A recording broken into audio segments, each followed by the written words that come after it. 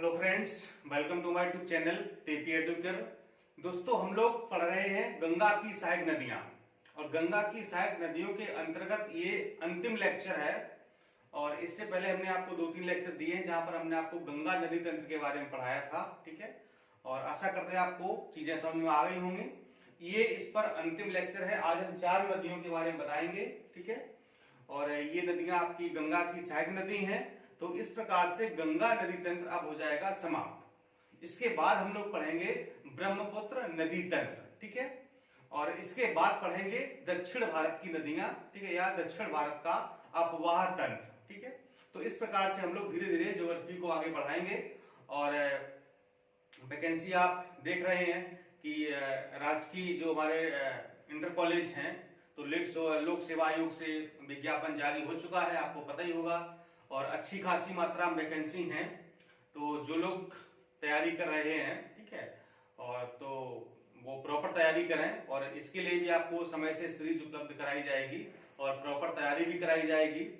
जो विषय आपके जीएस के हैं, ठीक है, या फिर जो आपके जैसे ज्योग्राफी हो गया, हिस्ट्री हो गया, मतलब जो भी जीएस के और सब्जेक्ट हैं, तो उनको भी काफी हेल्प मिलेगी यहाँ से पढ़ने के बाद। मान लो किसी का ज्योग्राफी सब्जेक्ट है, ज्योग्राफी से वो पीजीटी दे रहा है, मतलब कि ये परीक्षा दे रहा है, तो उसको यहाँ से पढ़ने में काफी हेल्प मिलेगी। तो वो लोग भी यहाँ से पढ़ें और नोट्स बनाएं। ठीक है, चलिए शुरुआत करते हैं आज की परीक्षा की, टॉपिक की।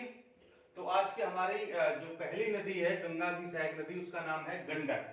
ठीक है, गंडक नदी आपने पढ़ी होगी। और ये कहां से निकलती है? ये नेपाल हिमालय में, जो हमने आपको हिमालय का विभाजन पढ़ाया था, ठीक है, तो वहां पर एक हिस्सा था नेपाल हिमालय जिसको कहा गया था, और वो नेपाल में स्थित है। तो नेपाल हिमालय में धौलागिरी व माउंट एवरेस्ट के मध्य से निकलती, के बीच से निकलती। ठीक है, धौलागिरी पहाड़ी है और एक पहाड़ी है माउंट एवरेस्ट। तो इन दोनों के बीच में से ये नदी निकलती है। कौन सी? गंडक नदी। ठीक है, और ये पटना के निकट सोनपुर में गंगा से मिल जाती है। ठीक है, पटना के निकट बिहार में सोनपुर एक जगह है, तो वहां पर जाकर के ये गंगा से मिल जाती है, इसलिए इसको गंगा की सहायक नदी कहा गया है। यह दो धाराओं यानी कि काली गंडक और त्रिशूल गंगा के मिलने से बनती है। यानी कि जो गंडक नदी है, यहां से दो धाराएं निकलती हैं अलग अलग जगहों से। एक का नाम है काली गंडक और एक का नाम है त्रिशूल गंगा। जब ये आगे चल के दोनों मिल जाती हैं, तो ये दोनों मिल करके गंडक नदी का निर्माण करती हैं। इस प्रकार से देखा जाए तो गंडक नदी दो धाराओं या दो छोटी छोटी नदियों से मिलकर के बनती है। काली गंडक और त्रिशूल गंगा के मिलने से ये गंडक नदी का निर्माण होता है। नेपाल में इसको नारायणी के नाम से जाना जाता है। और इस पर कौन कौन सी परियोजना है? तो एक ही परियोजना है, गंडक जल विद्युत परियोजना। ठीक है, गंडक जल विद्युत परियोजना इस पर स्थित है। और ये उत्तर प्रदेश, बिहार और नेपाल की साझी परियोजना है। ठीक है, यानी कि इस परियोजना का जो निर्माण किया गया था वो उत्तर प्रदेश सरकार, बिहार सरकार और नेपाल सरकार ने मिलकर के किया था। तो इससे जो भी विद्युत का उत्पादन होता है, तो ये दोनों राज्य यानी कि यूपी, बिहार और जो देश है नेपाल, वो सब मिलकर के इसका यूटिलाइजेशन करते हैं। अगली गंगा की सहायक नदी है कोसी नदी। ठीक है, ये कहां से निकलती है? ये माउंट एवरेस्ट के उत्तर में गोसाईथान, एक गोसाईथान जगह है। ठीक है, तो वहां से ही निकलती है। कहां से? माउंट एवरेस्ट के उत्तर में गोसाईथान एक जगह स्थित है, वहां से कोसी नदी निकलती है। और ये बिहार में भागलपुर जिले के कारागोला, ठीक, भागलपुर जिले में, बिहार का जिला है भागलपुर, वहां पर जगह है कारागोला। तो ये कारागोला के पास गंगा में मिल जाती है। ये कभी कभी स्थान पूछ ले जाते हैं कि कहाँ किस जिले में मिलती है या किस स्थान से मिलती है, कहां से निकलती है। यही चीजें इंपॉर्टेंट होती हैं इस टॉपिक में। और इसे बिहार का शोक भी कहते हैं। क्यों? क्योंकि ये जो है बहुत बाढ़ लाती है। क्योंकि जब ऊपर से जब ये पहाड़ियों से आती है, तो अपने साथ कई सारे अवसाद में, पहाड़ है, मिट्टी है, ये सब बहा के लाती है। और जब ये मैदान में आती है, तो वो सब आके इसकी तलहटी में जम जाते हैं। ठीक है, इससे क्या होता है कि पानी का बहाव प्रॉपर नहीं हो पाता है, पानी को बहने की जगह नहीं मिल पाती है, तो फिर ये बहुत ज्यादा बाढ़ लाती है। इसीलिए इसको बिहार का शोक कहा गया है। बाढ़ से बहुत ज्यादा नुकसान होता है, जान माल का नुकसान होता है, इसलिए इसे बिहार का शोक कहा गया है। इस पर दो परियोजनाएं हैं, एक तो कोशी परियोजना इस पर स्थित है जो कि भारत और नेपाल के बीच में है, यानी भारत और नेपाल की साझी परियोजना है, और एक है हनुमान बैराज, ये नेपाल में स्थित है। ठीक है, इसके बाद आते हैं हम लोग दामोदर नदी पर। बहुत इंपॉर्टेंट है, गंगा की बड़ी सहायक नदी है ये। ठीक है, और ये डायरेक्ट गंगा में ना मिलकर के गंगा की जो एक और सहायक नदी है हुगली नदी, उसमें ये मिलती है। कैसे, देखिए ये निकलती कहाँ है, ये झारखंड में पलामू की पहाड़ियां, आपने सुना होगा, झारखंड में पलामू की पहाड़ियां हैं। ठीक है, और आप कमेंट करके हमको बताइएगा कि पलामू की पहाड़ियां जो है वो किस लिए फेमस हैं, और वहां पर क्या है या क्या मिलता क्या निकलता है, किस लिए और फेमस है।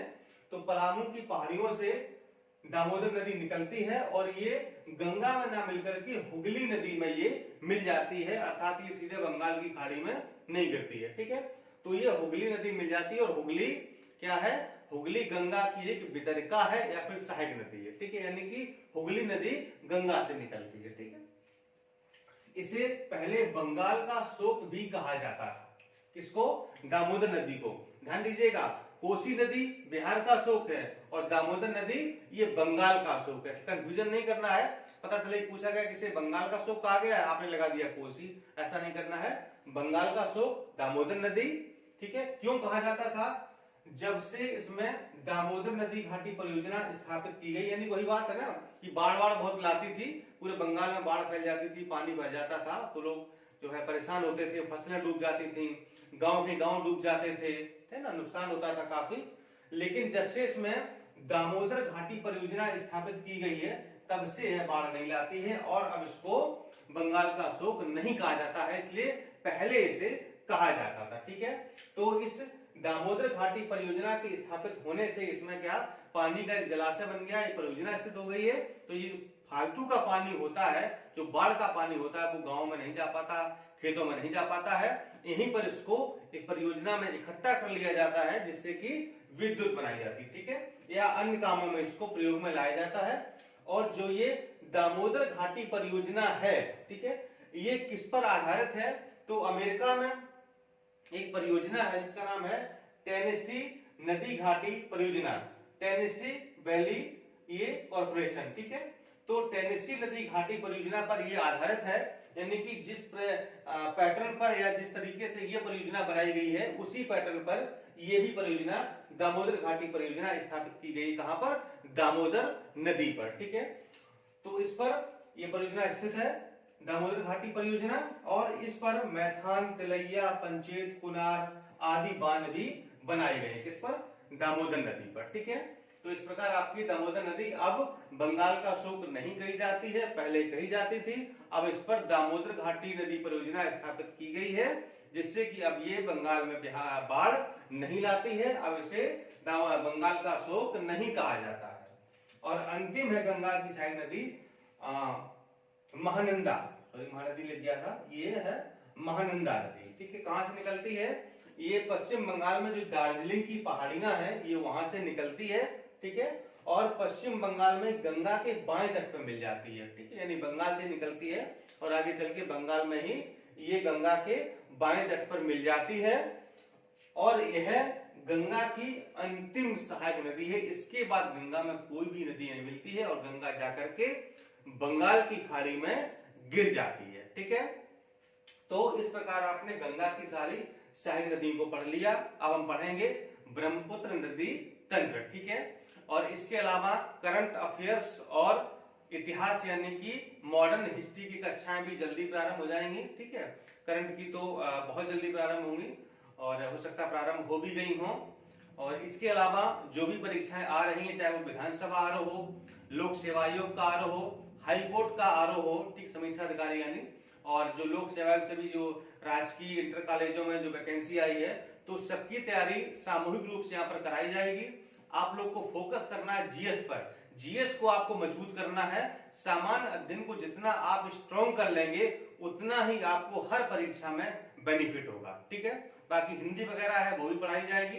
तो सामान्य अध्ययन और करंट को मजबूत करिए, करंट के नोट्स बनाइए, जैसे जैसे मैं बता रहा हूं वैसे नोट्स बनाइए, और आप देखेंगे कि आपकी तैयारी में एक नई जान आ जाएगी। ठीक है, तो जो भी आप परीक्षा की तैयारी कर रहे हो आप मुस्तैद रहिए अपनी तैयारी के प्रति, और किसी परीक्षा का इंतजार मत करिए कि डेट आएगी तब हम पढ़ेंगे तब करेंगे, ऐसा नहीं है। तैयारी पहले से होनी चाहिए, तभी आप परीक्षा को पास कर पाएंगे। ठीक है, चलिए मिलता हूं अगले वीडियो में। नमस्कार, धन्यवाद।